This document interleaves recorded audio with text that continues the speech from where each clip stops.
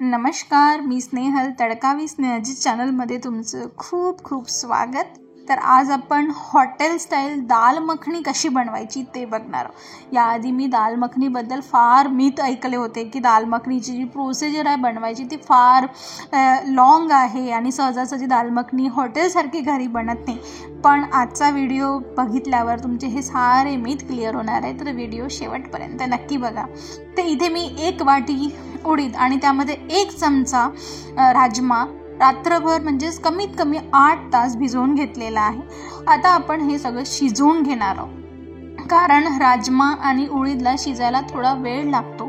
तर शिजवताना आपल्याला जेवढी आपण उडीद घेतली त्याच्या 5 पट पाणी घालायचं आहे. म्हणजे मी ते 1 वाटी उडीदमध्ये 5 वाटी तरी कमीत कमी पाणी घालायचं आहे.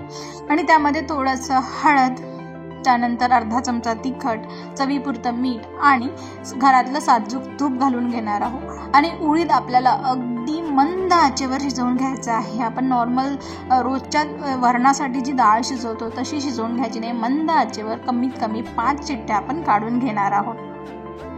तर हे बघा, इथे 5 शिट्ट्या झालेल्या आहे. आपण कुकर थंड करून घेऊया. तोपर्यंत आपण दाल मखनीसाठी लागणारा तडका तयार करून घेऊया. कारण दाल मखनीची जी टेस्ट आहे ना ती सगळी डिपेंड करते की आपल्या तडक्यावर. तर तडक्यामध्ये आपण 3 चमचे बटर आणि 1 चमचा तूप घालून घेणार आहोत. आपण तेलाचा वापर करणार नाही आहोत कारण दाल मखनी तेलात बनत नाही. छान आता इथे बटर गरम झालेलं आहे. त्यामध्ये मी घालून घेतला आहे अर्धा चमचा जिरं आणि 1 ते 2 पिंच हिंग. इथे मी थोडंसं अद्रक ग्रेट करून घेतलेलं आहे. तुम्ही पेस्ट पण वापरू शकता. तर अर्धा चमचा इथे अद्रक पण घालून घेतलेला आहे मी. कारण दाल मखनीमध्ये लसूण किंवा कांदा वापरला जात नाही. ही एकदम ऑथेंटिक अशी आपण दाल मखनी इथे बनवणार आहोत. चला तर मग आता आपण यामध्ये काही ड्राय मसाले जसे की धनिया पावडर, मी 1 ते 1.5 चमचा धनिया पावडर, अर्धा चमचा भाजलेला जिरा पावडर वापरलेला आहे, थोडीशी हळद आणि अर्धा चमचा तिखट. कारण तिखट मी ऑलरेडी घातलेलं होतं. आणि थोडंसं मीठ घालणार आहे कारण आपण डाळ शिजवताना आपण त्यामध्ये मीठ घातलेलं होतं. आता हा तडका छान शिजवून घेऊया.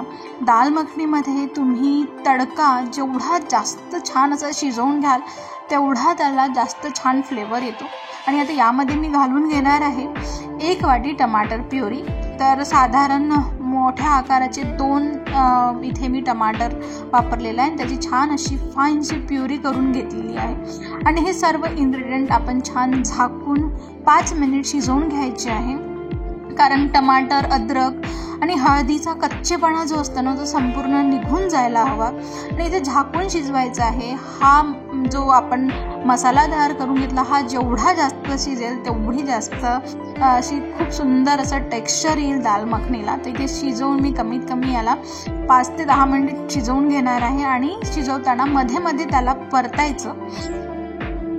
आणि हे बघा, इकडे आपलं उडीद पण छान शिजून झालेला आहे. अगदी स्मूथ असा तो उडीद शिजायला हवा. अगदी गरम आहे. आता ह्याला आपण थोडंसं मिक्स करून घेऊया. तर आपल्याकडे ही अशी वरणाची रवी असते त्यानेच आपण मिक्स करून घ्यायचं किंवा थोडंसं स्मॅशर पण वापरू शकता. पण फार अगदी असं स्मॅश करून घ्यायचं नाही आहे. जसं आपण वरण बनवताना करतो तसं करायचं नाही आहे. अर्धा स्मॅश करून घ्यायचं. त्यामुळे त्याचं टेक्स्चर फार छान येईल.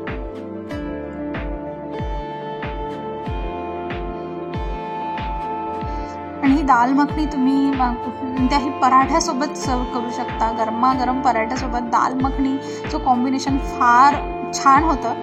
चला, इथे 5 मिनिट झालेले आहे. मी एकदा इथे चेक करते आहे आणि तुम्ही बघू शकता कलर खूप सुंदर आलेला आहे. आणि आपण जेवढंही बटर आणि तूप घातलेलं होतं ते असं बाहेर कडेने निघालेलं आहे. याचा अर्थ ना की आपला जो आपण मसाला आहे तो फार छान असा शिजलेला आहे. आणि ही सर्व प्रोसिजर फक्त आपल्याला मंद आचेवर करायची आहे. आणि आता यामध्ये आपण उडीद घालून घेऊया शिजवलेले. राजमा ऑप्शनल असतो पण राजमा घातला तर त्याला टेक्स्चर पुन्हा चांगलं येतं. त्याच्यामुळे तुम्ही राजमा घालायचा. जर नसेल तर तुम्ही राजमा अगदी स्किप करू शकता. छान आता आपण मिक्स करून घेतलेलं आहे. आणि कन्सिस्टन्सीनुसार आपण यामध्ये पाणी घालून घेऊया. कारण खूप असं पातळ किंवा खूप अशी घट्ट अशी दाल मखनी नको, मीडियम अशी दाल मखनी छान वाटतात. हे बघा, ही कन्सिस्टन्सी इथे मला प्रॉपर वाटते, कारण जेव्हा दाल मखनी थंड होते तेव्हा पण थोडी ती घट्ट होतं. म्हणून मी इथे अर्धा वाटी एक्स्ट्रा पाणी घालून घेतलेलं आहे. आणि आता बघा 5 ते 10 मिनिट झाले आहे, छान उकळ आलेली आहे आणि छान अशी प्रॉपर कन्सिस्टन्सी पण इथे आलेली आहे. आता आपण यामध्ये काही जे मेन इन्ग्रेडियंट्स आहे दाल मखनीचे ते घालून घेणार आहोत. तर इथे मी 1 वाटी अमूल फ्रेश क्रीम वापरलेली आहे. त्यापैकी अर्धा वाटी आपण यामध्ये घालून घ्यायची आणि अर्धा वाटी मी जेव्हा आपण सर्व करतो तेव्हा गरनाश करायला ठेवायची आणि ते छान मिक्स करून घ्यायची. आणि जेव्हा आपण मलाई टाकतो तेव्हा गॅस बंद करून घ्यायचा, नाहीतर ती मलाई फाटते. त्याच्यामुळे गॅस बंद करून छान अशी मिक्स करून घ्यायची. आणि तुम्ही बघू शकता, दिसायला इतकी टेम्पटिंग अशी दाल मखनी झालेली आहे. आणि थोडासा दाल मखनीचा फ्लेवर एनहान्स करायसाठी आपण यामध्ये थोडीशी 1 ते 2 पिंच एवढी कस्तुरी मेथी घालून घेणार आहोत आणि फ्लेवर फार मस्त येतो. आणि आता सर्वात लास्ट स्टेज, मी थोडासा गरम मसाला पण यामध्ये वापरलेला आहे. मी फोडणीमध्ये गरम मसाला वापरलेला नव्हता. आणि आता दम देणार आहोत आपण, याने खूप मस्त असा स्मोकी फ्लेवर येतो. आणि इथे तुम्ही बघू शकता, मस्त अशी दाल मखनी तयार झालेली आहे. तुम्हाला ही दाल मखनीची रेसिपी कशी वाटली कमेंट सेक्शनमध्ये नक्की सांगा. आणि ही रेसिपी तुम्ही नक्की आपल्या घरी ट्राय करून बघा आणि गरमागरम पराठ्यासोबत सर्व करायला विसरू नका.